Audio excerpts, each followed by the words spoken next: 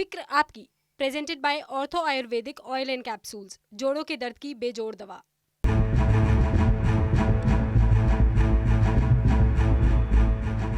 नमस्कार, कैसे हैं आप? फिक्र आपकी में एक बार फिर से आपका स्वागत है। मैं हूं आपके साथ निशान चतुर्वेदी। शुरुआत करते हैं आपकी फिक्र की बड़ी बड़ी खबरों के साथ।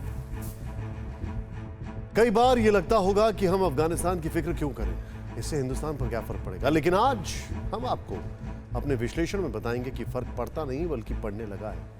1100 किलोमीटर दूर की अशांति हमारे यहां तक दिखने लगी है और ये फिक्र आजादी के उत्सव की तैयारी में भी झलकने लगी है। इस वक्त बच्चों की फिक्र भी बड़ी होती जा रही है। अगर स्कूल ना खुले तो पढ़ाई पर संकट, स्कूल खुल जाएं तो सेहत पर संकट। आने वाले सोमवार से कई राज्यों में स्कूल खुलने वाले हैं, लेकिन हम आज उन राज्यों में स्कूलों की स्थिति का विश्लेषण करेंगे जहां स्कूल खुल चुके हैं। देश की सर्वोच्च अदालत ने राजनीति के शुद्धिकरण के लिए एक बहुत ही महत्वपूर्ण फैसला सुनाया। बिहार चुनाव में कैंडिडेट्स के अपराध छिपाने वाली 8 पार्टियों पर जुर्माना लगाया गया है। ये समझना जरूरी है क्योंकि अब इस मुद्दे को पार्टियों की इच्छा पर नहीं छोड़ा जा सकता। इस फिक्र को हम संसद की कुछ तस्वीरों से समझाएंगे। इस वक्त देश के कई हिस्सों से बाढ़ की तस्वीरें सामने आ रही हैं, लेकिन बुंदेलखंड की बाढ़ को एक विडंबना की तरह देखा जा रहा है, क्योंकि जिस इलाके से हमेशा सूखे की खबरें आई वहां बाढ़ कैसे आ गई, ये समझ से परे है। लेकिन आज हम इसी सवाल को डिकोड करेंगे। आज से 4 दिन बाद हम अपना सबसे बड़ा पर्व स्वतंत्रता दिवस मनाने जा रहे हैं। लेकिन देश की राजधानी दिल्ली में इतना सख्त पहरा पिछले कुछ सालों में कभी नहीं देखा गया। इस सख्ती के पीछे एक ऐसी फिक्र छिपी है जो 1100 किलोमीटर दूर से आ रही है। दरअसल हम पिछले कुछ समय में अफगानिस्तान के जो बिगड़े हालात हैं उनका असर अब भारत तक पहुंच चुका है। तालिबान के बेकाबू होते ही भारत में भी पाकिस्तान से ड्रोन आने लगे, ड्रोन के साथ हथियार और गोला बारूद आने लगा। इसीलिए फिक्र बड़ी है और अफगानिस्तान में जो कुछ हो रहा है उससे हमारी फिक्र 100% जुड़ी हुई है। अफगानिस्तान में जो हालात हैं वो सिर्फ एक मुल्क का मसला नहीं है। अफगानिस्तान में तालिबानी आतंक की जो आग लगी है उसके पीछे भारत के पड़ोसी देश पाकिस्तान और उसकी खुफिया एजेंसी ISI का भरपूर सहयोग है। पड़ोसी देश हर हाल में अफगानिस्तान में भारत के हित को नुकसान पहुंचाने पर तुला है। इसीलिए आज हिंदुस्तान के नजरिए से अफगानिस्तान की फिक्र का विश्लेषण जरूरी है। घुटना, कंधा या कमर, चाहे जैसा हो दर्द, डॉक्टर ऑर्थो आपको देता है दर्द से पूरी आजादी, एक भरपूर जिंदगी। ये कोई टेम्परेरी पेन किलर नहीं, आयुर्वेदिक औषधि है। दुनिया जानती है कि तालिबान को पाकिस्तान का समर्थन है। पाकिस्तान की ही बदौलत तालिबान अफगानिस्तान पर कब्जा कर रहा है, लेकिन अब इसका सीधा असर दिल्ली पर दिख रहा है। आतंकी खतरे को लेकर भारत सरकार अलर्ट पर है। 75वें स्वतंत्रता दिवस के लिए लाल किले की किलाबंदी कर दी गई है। जिस गेट से लाल किले के अंदर दाखिल होते हैं उस मेन गेट को पहली बार बड़े बड़े कंटेनर से ब्लॉक कर दिया गया है। यानी कोई भी शख्स जबरन लाल किले में तमाम पुलिसकर्मियों को चकमा देते हुए मेन गेट तक पहुंच भी गया तो ये बड़े बड़े कंटेनर उसके लिए सबसे बड़ी बाधा होंगे। अब ये कंटेनर लाल किले का सुरक्षा कवच होंगे। अगर साफ शब्दों में और सीधे शब्दों में कहें तो अफगानिस्तान के हालात को देखकर भारत सरकार बहुत गंभीर है। चाहे बात देश के अंदर सुरक्षा की हो या फिर अफगानिस्तान में रह रहे भारतीयों की सुरक्षा की हो, हिंदुस्तान के माथे पर भी चिंता की लकीरें बढ़ गई हैं। कई भारतीय मज़ारे शरीफ में रहते हैं, वहां मौजूद कॉन्सुलेट में भी कई भारतीय कर्मचारी काम करते हैं। ऐसे में भारत ने इन सभी लोगों के लिए ऑपरेशन एयरलिफ्ट को शुरू किया। मज़ारे शरीफ कॉन्सुलेट से सभी भारतीय कर्मचारी भारत लाए गए। वायुसेना का स्पेशल विमान सभी भारतीयों को लेकर दिल्ली आए। इंडियन काउंसुलेट की तरफ से भारतीयों के लिए हेल्पलाइन भी शुरू की गई है। भारत सरकार ने सभी भारतीयों को विमान सेवा बंद होने से पहले वापस लौटने की सलाह दी। काबुल में भारतीय दूतावास ने भारतीय कंपनियों से अपने निर्माण स्थल से भारतीय को हटाने को कहा है। इससे पहले कंधार से भी भारत ने अपने कर्मचारियों को भारत वापस बुलाया था और अब मज़ार शरीफ में मौजूद वाणिज्य दूतावास के कर्मचारियों और वहां रहने वाले बाकी भारतीयों को भारत लाया गया है। आपको बता दें कि मौजूदा वक्त में अफगानिस्तान में 5 कॉन्सुलेट हैं, मसलन काबुल, कंधार, मज़ार शरीफ, जलालाबाद और हेरात, जिनमें से कंधार और मज़ार शरीफ से भारतीय वापस बुला लिए गए हैं।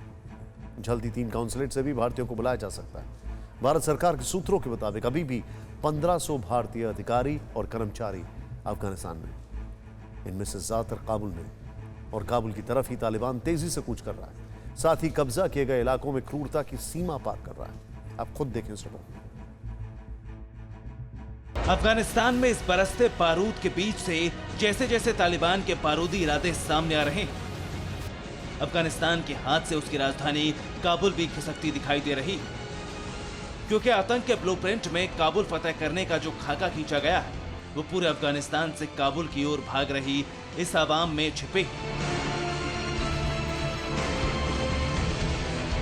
काबुल से बाहर अफगानिस्तान में चारों ओर हथियारों से लैस तालिबान के आतंकी नजर आ रहे हैं और आतंकियों की क्रूरता दिखाई दे रही, जो रोज ही अलग अलग इलाकों पर अपनी पकड़ मजबूत करते जा रहे हैं। ये तालिबान की क्रूरता ही जिससे अफगानिस्तान की आम आवाम में खौफ है,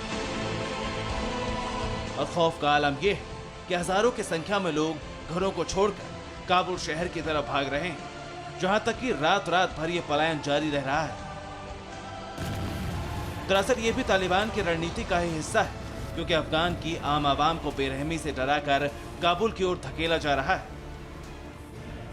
और ये कैसे हो रहा है, ये बताने से पहले आपको घर बार छोड़कर भाग रहे तालिबानी लड़ाकों की क्रूरता की कहानियां सुनाते हैं, जो रोंगटे खड़े कर देने वाली।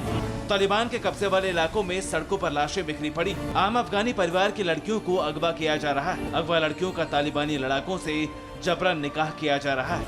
युवाओं को तालिबान की ओर से लड़ने का फरमान सुनाया जा रहा है। अब तक यही आशंका जताई जा रही थी कि तालिबान की हिट लिस्ट में सिर्फ अफगान सैनिक हैं, लेकिन हर बीते दिन के साथ तालिबानियों के बढ़ते इंतहा जुल्म के शिकार आम अफगानी भी होने लगे।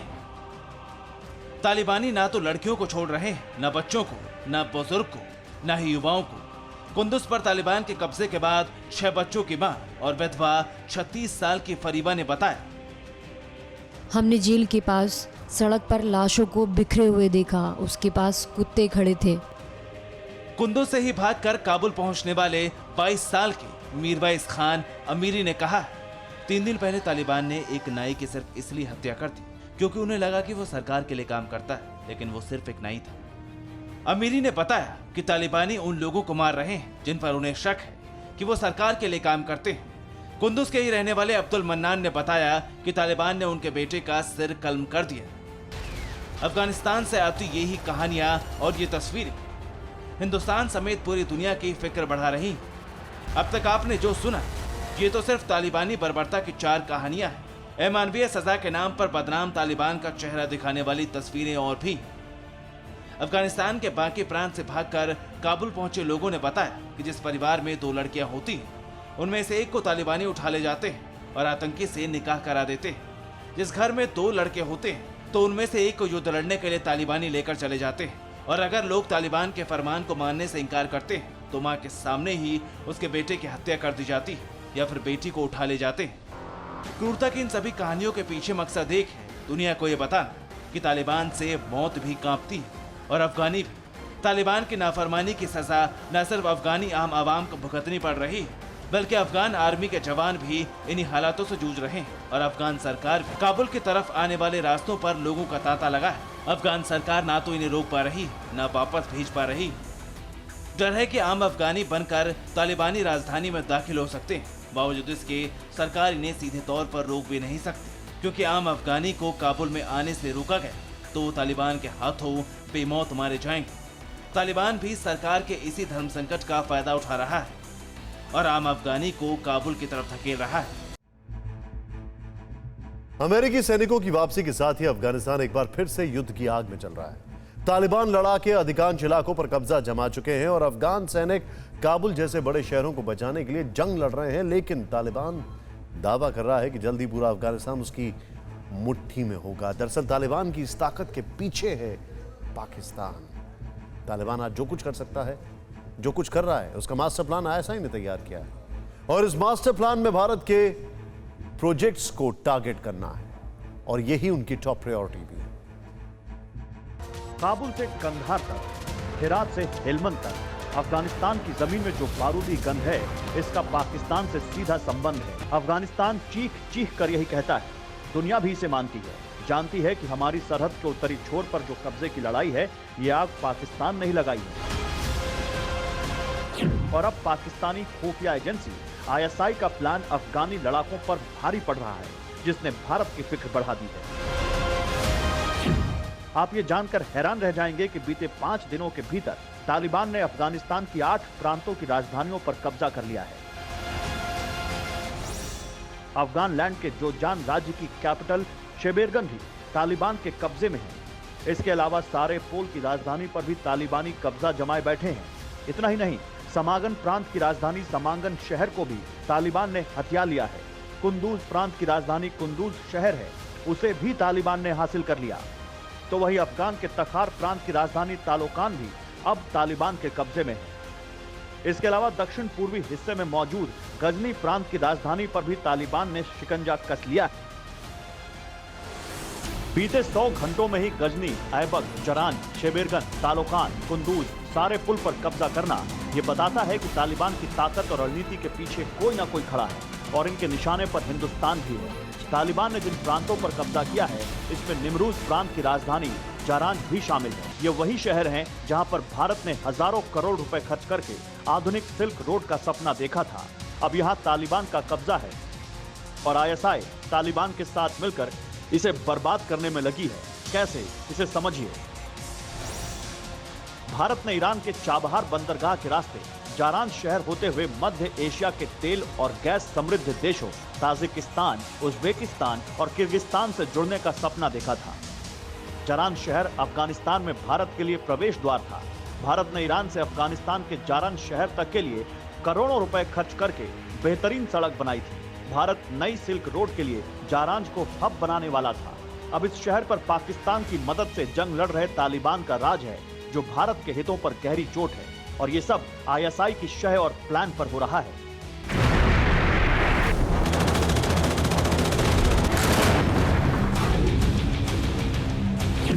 अमेरिकी सेनाओं की वापसी के बाद से ही तालिबान ने आईएसआई के मास्टर प्लान पर काम करना शुरू किया।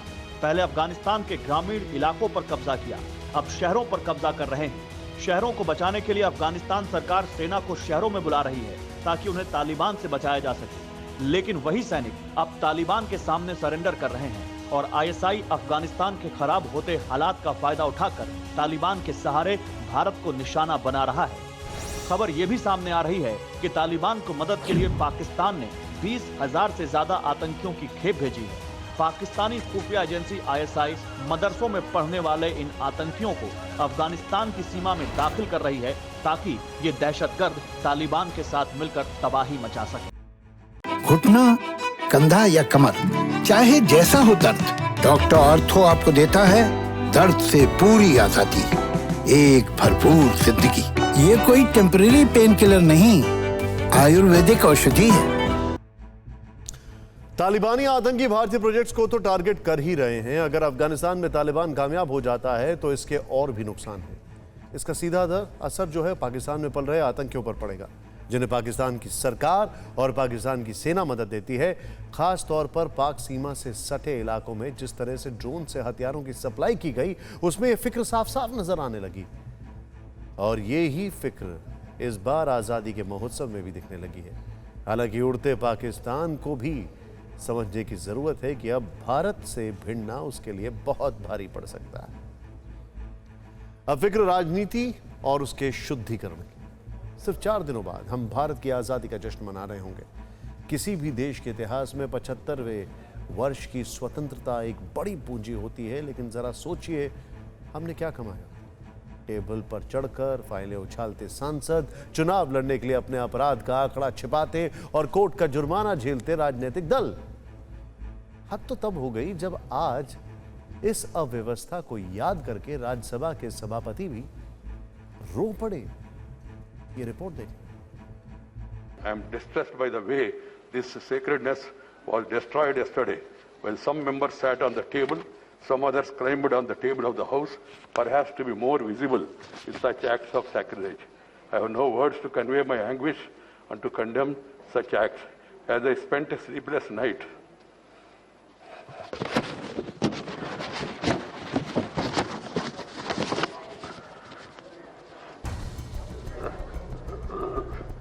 आने वाली पीढ़ियां जब सवाल करेंगी तो शायद जवाब देते नहीं बनेगा कि एक दिन ऐसा भी आया था जब सदन को चलाने वाले सभापति की पीड़ा आंखों के रास्ते छलक आई, और वो भी पूरी दुनिया के सामने।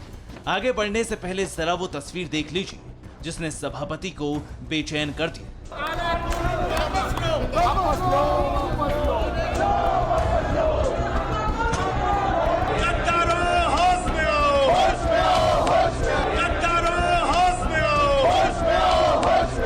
देखिए, मंगलवार को मान्यों ने संसद की मर्यादा का कैसे हनन किया।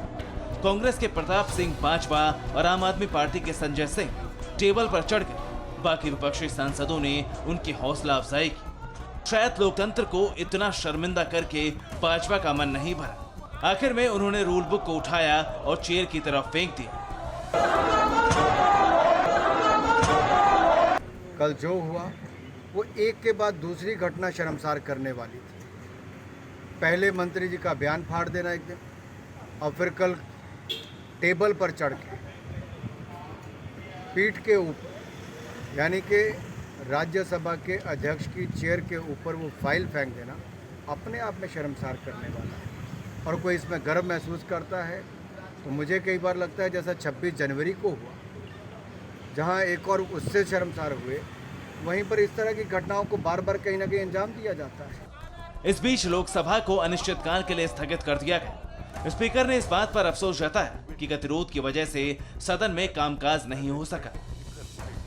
इस सत्र में सदन का कामकाज अपेक्षा के अनुरूप नहीं रहा। निरंतर गतिरोध के कारण इस सत्र में सदन की कुल 17 बैठकों में मात्र 21 घंटे 14 मिनट तक कार्य संपादित किया गया।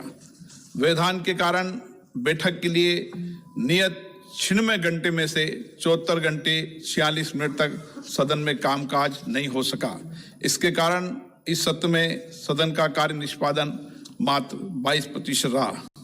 लोकसभा का मानसून सत्र समाप्त होने के बाद प्रधानमंत्री नरेंद्र मोदी, गृह मंत्री अमित शाह, कांग्रेस प्रमुख सोनिया गांधी और दूसरे कई दलों के नेताओं ने स्पीकर ओम बिरला से उनके कक्ष में जाकर मुलाकात की। इस मौके पर स्पीकर ने कहा कि चर्चा और संवाद से ही जनता का कल्याण होगा। स्पीकर ने कुछ नया नहीं कहा। सत्र से पहले और सत्र के बाद अक्सर ऐसी बैठकें होती हैं जिसमें सदन का कामकाज बेहतर तरीके से चलाए जाने पर चर्चा होती है या सहमति बनती है।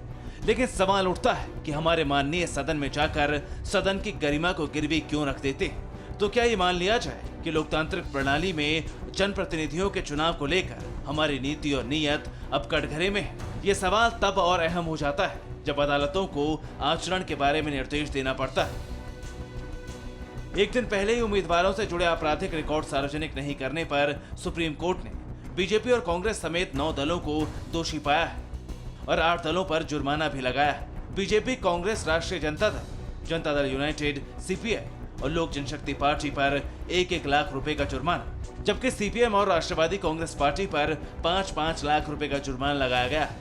दरअसल पिछले साल बिहार विधानसभा चुनाव में इन दलों ने कोर्ट के आदेश का पालन नहीं किया था। कोर्ट ने यह भी कहा कि सभी राजनीतिक दलों को अपने उम्मीदवारों का चयन करने के बाद 48 घंटे के अंदर उनका आपराधिक रिकॉर्ड प्रकाशित करना होगा।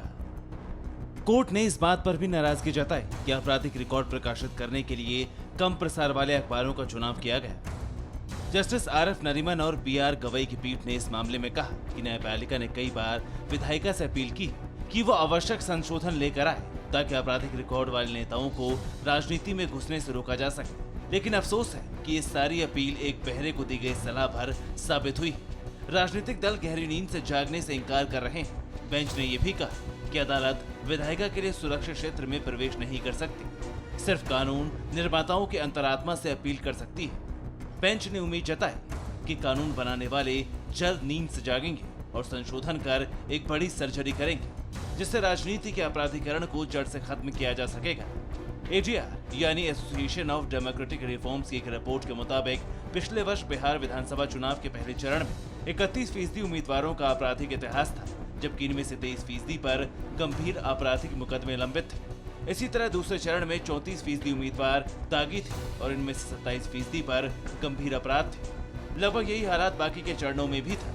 कुल मिलाकर 3733 उम्मीदवारों ने चुनाव लड़ा, जिनमें से 1201 उम्मीदवारों पर कोई न कोई आरोप था। इसी तरह जीतने वालों में 68% उम्मीदवार आपराधिक रिकॉर्ड वाले थे, जो कि पिछले चुनाव से 10% ज्यादा था। सबसे गंभीर बात ये कि जीतने वाले 51% उम्मीदवारों के विरुद्ध हत्या के प्रयास और महिलाओं के प्रति अपराध जैसे आरोप थे। दागी जनप्रतिनिधियों से जुड़े एक दूसरे केस में कल सुप्रीम कोर्ट ने यह भी कहा कि हाईकोर्ट की इजाजत के बिना सांसदों या विधायकों के खिलाफ आपराधिक मुकदमा वापस नहीं लिया जा सकता। मुख्य न्यायाधीश NV रमना, जस्टिस विनीत सरन और जस्टिस सूर्यकांत की खंडपीठ ने आदेश दिया कि सांसदों और विधायकों के विरुद्ध मामले की सुनवाई कर रही विशेष अदालतों के जजों का अगला आदेश आने तक स्थानांतरण न किया जाए। इसके साथ ही बेंच ने उन मामलों का भी ब्यौरा मांगा है जो निचली अदालतों में लंबित है। इस मामले में MX क्यूरे विजय हंसारिया ने कहा कि सुप्रीम कोर्ट को अपने आदेश में ये भी शामिल करना चाहिए कि सांसदों और विधायकों के खिलाफ आपराधिक मामले की सुनवाई कर रही स्पेशल कोर्ट में वीडियो कॉन्फ्रेंसिंग की सुविधा मुहैया कराई जाए।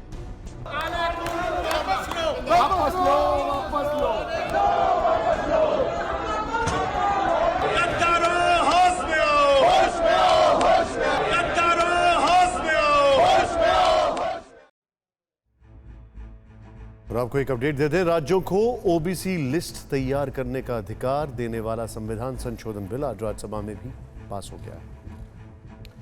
लोकसभा की तरह ही राज्यसभा में भी विपक्ष ने बिल का समर्थन किया, लेकिन आज भी राज्यसभा में लगातार हंगामा होता रहा और इसके बाद सदन में कुछ हाथापाई की घटना भी हुई।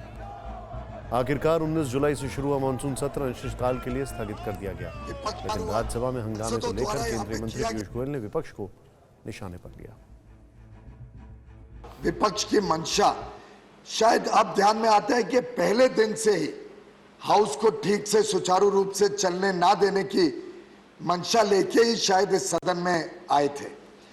आसन के साथ, जो हमारे स्टाफ के साथ, जो मार्शल्स के साथ, जो सिक्योरिटी स्टाफ के साथ व्यवहार हुआ, जिस प्रकार का भद्दा प्रदर्शन सांसदों द्वारा यहाँ पे किया गया, उसकी पूरी जांच के लिए स्पेशल कमेटी बिठाई जाए और वो कमेटी इसके हर पहलू में जाके कठोर से कठोर इस पे एक्शन लिया जाए, जिससे आगे के लिए कोई भी व्यक्ति इस प्रकार से आपके अपमान या इस सदन का और देश का अपमान ना कर पाए।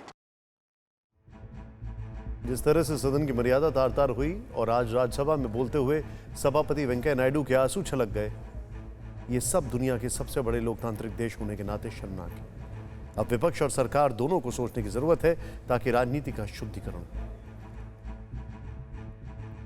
अब फिक्र कुदरत के कहर की और आसमान से बरसती आफत की, जिसमें कई विरोधाभास भी दिखने लगे। विरोधाभास ये कि बुंदेलखंड में हमेशा सूखा पड़ता रहा है, लेकिन इस बार बाढ़ कैसे आ गई, वो भी जबरदस्त बाढ़। ये बाढ़ क्यों आई, इसके बारे में बताने से पहले प्रकृति के प्रकोप की आज की तस्वीर आपको दिखाते हैं, जरा ध्यान से देखिएगा। आज हिमाचल प्रदेश के किन्नौर में पहाड़ टूटकर गिर पड़ा। वैसे तो ऐसी तस्वीर पिछले कुछ दिनों से लगातार आ रही है, लेकिन आज इस लैंडस्लाइड के चपेट में कुछ गाड़ियां आ गईं, जिसकी वजह से कभी 60 लोगों के दबे होने की आशंका है। सेना और ITBP की टीमें रेस्क्यू में जुटी हुई हैं, लेकिन अब तक 10 लोगों की दर्दनाक मौत हो चुकी है। 10 लोगों का फिलहाल रेस्क्यू किया जा चुका है। इस खबर के बाद बुंदेलखंड की बाढ़ पर एक विशेष रिपोर्ट की ओर बढ़ते हैं। हमने सूखाग्रस्त इलाके में बाढ़ की पहेली को डिकोड किया और ये पता लगाया कि इस इलाके में पानी ने हाहाकार क्यों मचा रखा।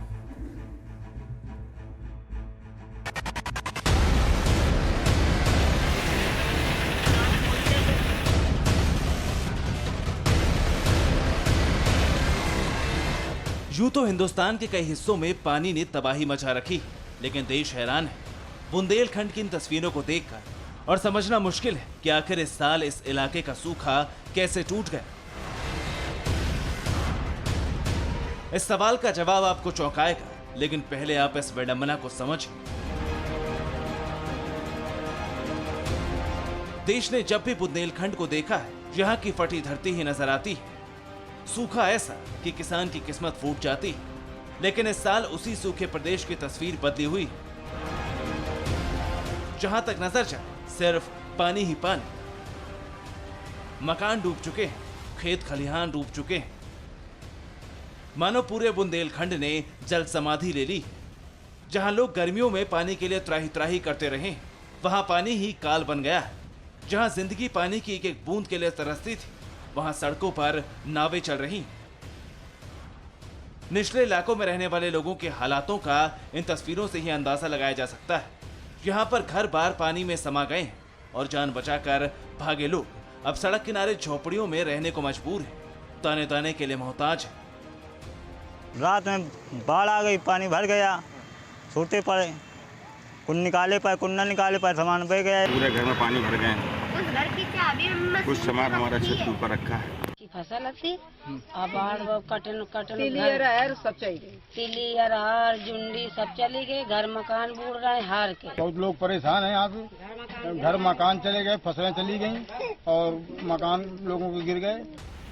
बुंदेलखंड में आसमान से इस साल ऐसी आफत बरसी कि नदियां खतरे के निशान को पार कर गई। डैम ओवरफ्लो हो गए। एक ओर तो नदियों का पानी तो दूसरी ओर डैम से छोड़ा गया पानी प्रलय बनकर बुंदेलखंड पर टूटा है। हैरानी इस बात की कि हमेशा सूखे से जूझते रहे बुंदेलखंड में बाढ़ क्यों आई। इस सवाल की जब हमने पड़ताल की तो वजह चौंकाने वाली थी। भारतीय मौसम विभाग के रिकॉर्ड से हमें पता चला कि यहाँ हर साल की तुलना में बहुत ही ज्यादा बारिश हुई है। सिर्फ अगस्त में ही बादल ऐसा बरसा मानो पूरे बुंदेलखंड में बादल फट पड़े। अधिकतर जगहों पर 5 से 7 गुना ज्यादा बारिश हुई, जिसने सूखे क्षेत्र में भी सैलाब ला दिया है। 5 से 7 गुना ज्यादा बारिश से नदियों में उफान आ गया और बांधों में ज्यादा पानी रोकने की ताकत ही नहीं बची। मौसम विभाग के आंकड़ों के मुताबिक इस महीने चित्रकूट में 170% ज्यादा बारिश हुई। ललितपुर में आसमान से 149% ज्यादा पानी गिरा है। महोबा में यह आंकड़ा 74% के करीब है। झांसी में इस महीने अब तक सामान्य से 70% ज्यादा पानी बरसा है। पानी के लिए तरसने वाले महिरपुर में भी 16% ज्यादा बारिश हुई। यानी भारी बारिश ने ही सूखे बुंदेलखंड में सैलाब ला दिया। पानी मांगते रहे लोग पानी पानी होने लगे। लेकिन एक सवाल और भी है, वो ये कि बुंदेलखंड में इतनी बारिश क्यों हुई। माना जा रहा है कि इसका जवाब है जलवायु परिवर्तन, जिसके कहर से सिर्फ बुंदेलखंड ही नहीं बल्कि दुनिया के कई देश जूझ रहे हैं। संयुक्त राष्ट्र की संस्था IPCC ने भी वार्निंग दी और दुनिया के जाने माने ग्लेशियोलॉजिस्ट पॉल मैस्की ने भी आगाह किया है। ग्लोबल वार्मिंग के चलते ग्लेशियर तेजी से पिघलने के कारण तूफानी बारिश, बादल फटने और बाढ़ जैसी विपदाएं ज्यादा देखी जा रही और आने वाले समय में और बढ़ेंगी। स्थानीय परिस्थितियों के कारण भी बरसात होती है और जलवायु परिवर्तन के संक्रमण काल में मौसम के असामान्य व्यवहार, जिन जगहों पे कि कम बरसात होती थी वहाँ पे ज़्यादा बरसात और जहाँ ज़्यादा होती थी वहाँ पे कम बरसात देखने को मिलता है। बुंदेलखंड में भीषण बारिश होने और भयंकर सूखा पड़ने, दोनों ही कुदरती आफत के लिए यहाँ की भौगोलिक परिस्थिति भी बड़ी वजह है। 2016 में IIT दिल्ली के सेंटर फॉर रूरल डेवलपमेंट और एक NGO के स्टडी में सामने आया था कि बुंदेलखंड का एक बड़ा इलाका पठारी है और इस तरह का पठारी इलाका देश में कहीं नहीं देखने को मिलता। पठारी होने से यहाँ बारिश के बाद जमीन ज्यादा पानी सोख नहीं पाती, जिसका नतीजा ये होता है कि जितनी तेजी से बारिश होती है उतनी ही तेजी से ज्यादातर पानी बह जाता है, जिससे फ्लैश फ्लड आती है, नदियां उफन जाती हैं।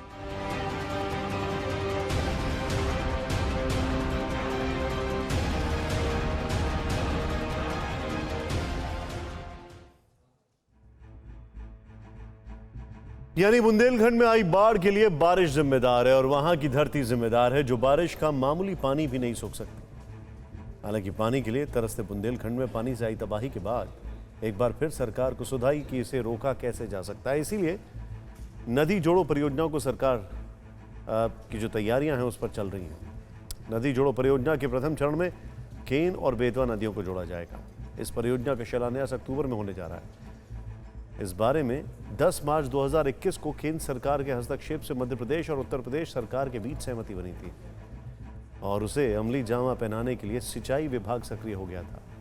231 किलोमीटर लंबी नहर निकाली जाएगी जो केन और बेतवा नदी को आपस में जोड़ेगी। इससे एक और जहां नदियों में उफान आने से बाढ़ का संकट टलेगा, तो वहीं बूंद बूंद को तरसने वाले बुंदेलखंड के कई इलाकों में पेयजल की समस्या कम हो जाएगी। जरा सोचिए, वाजपेयी जी जब प्रधानमंत्री थे तब इस योजना के बारे में सोचा जा रहा था। कितने साल हो गए।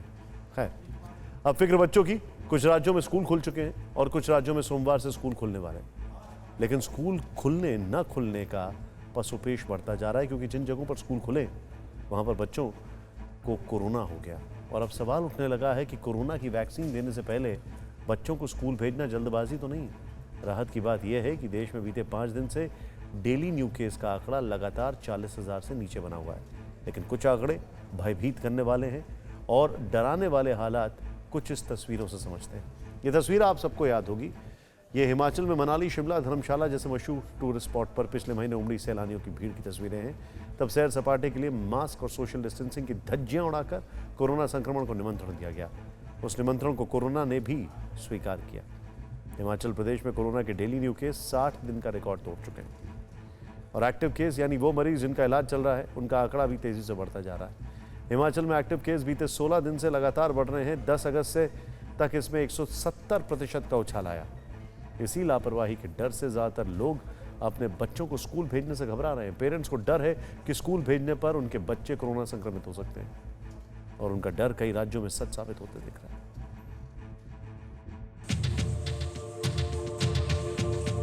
जिसका डर था वो होने लगा है। स्कूल कोरोना संक्रमण का सेंटर बनना शुरू हो गए।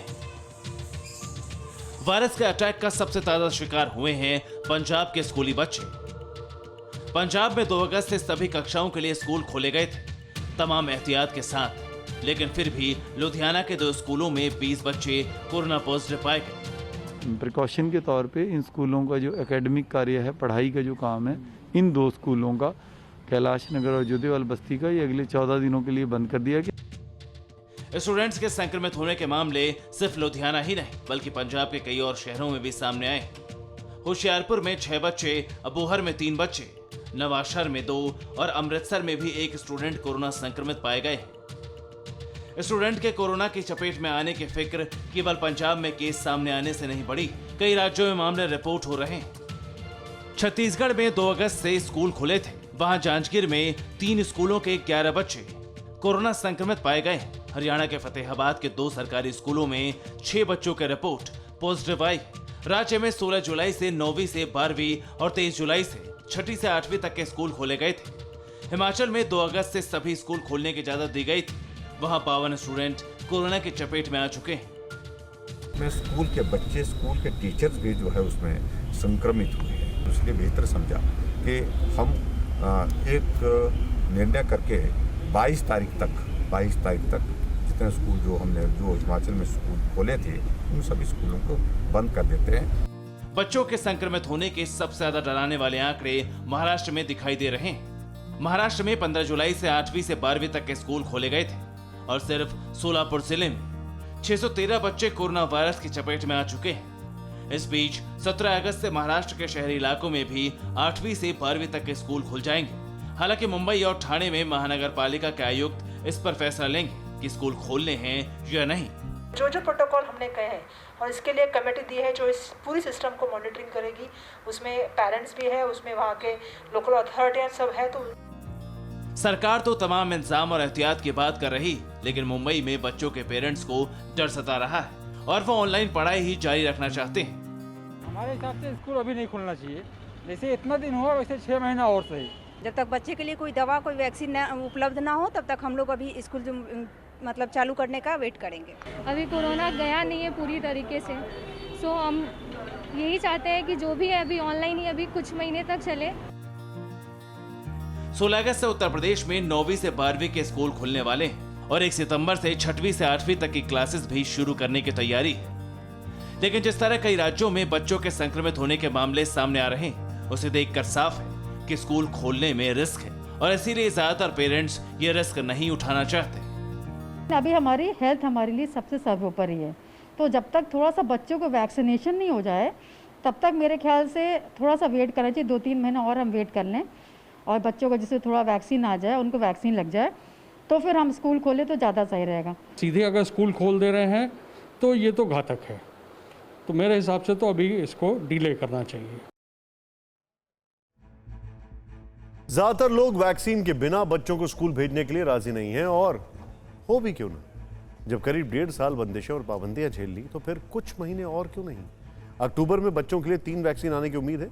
इसीलिए मौजूदा हालात को देखते हुए जो सबसे अच्छा विकल्प है वो ये है कि कुछ महीने और इंतजार कर लिया जाए। और अब खबरें फटाफट अंदाज में। ओबीसी समुदाय को भारत सरकार का बड़ा तोहफा। राज्यसभा से भी पारित हुआ ओबीसी आरक्षण से जुड़ा बिल। पूरे विपक्ष ने बिल पर दिया सरकार का साथ। राज्यों को ओबीसी सूची तैयार करने का मिलेगा अधिकार। प्रधानमंत्री मोदी ने भारतीय उद्योग परिसंघ की वार्षिक बैठक को किया संबोधित। कहा, भारतीय उद्योग पर है आत्मनिर्भर भारत की सफलता का दायित्व। दिल्ली में सीआईआई की हो रही है 2 दिन की बैठक। पश्चिम बंगाल की मुख्यमंत्री ममता बनर्जी को रोम में होने वाले विश्व शांति सम्मेलन में शामिल होने का मिला न्योता। 6 और 7 अक्टूबर को वैटिकन के सेंट पीटर स्क्वायर में होगा कार्यक्रम का आयोजन। पोप फ्रांसिस भी रहेंगे मौजूद।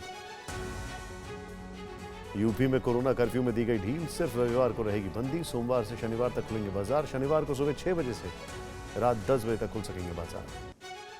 अंतरिक्ष में इसरो की लंबी छलांग। कल पृथ्वी की निगरानी करने वाले देश के पहले satellite earth observation satellite EOS-03 का करेगा प्रक्षेपण। देश में आने वाली बाढ़ और चक्रवात जैसी आपदाओं की निगरानी में करेगा मदद।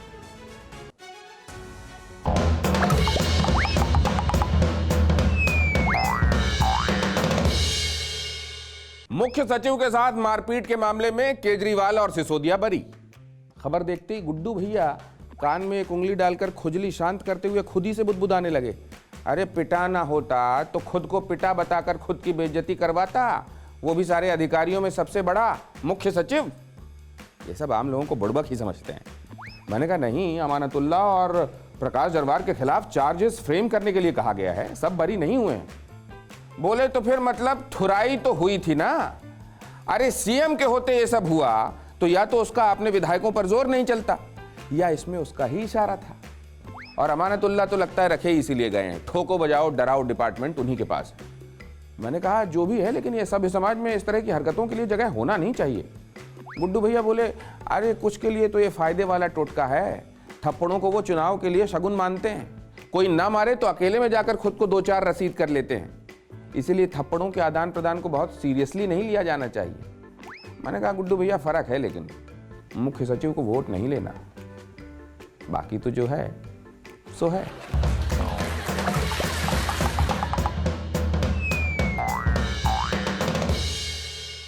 न्यूज़ टॉप 9 रोज सुबह 7 बजे और शाम 7 बजे सिर्फ TV9 भारतवर्ष पर।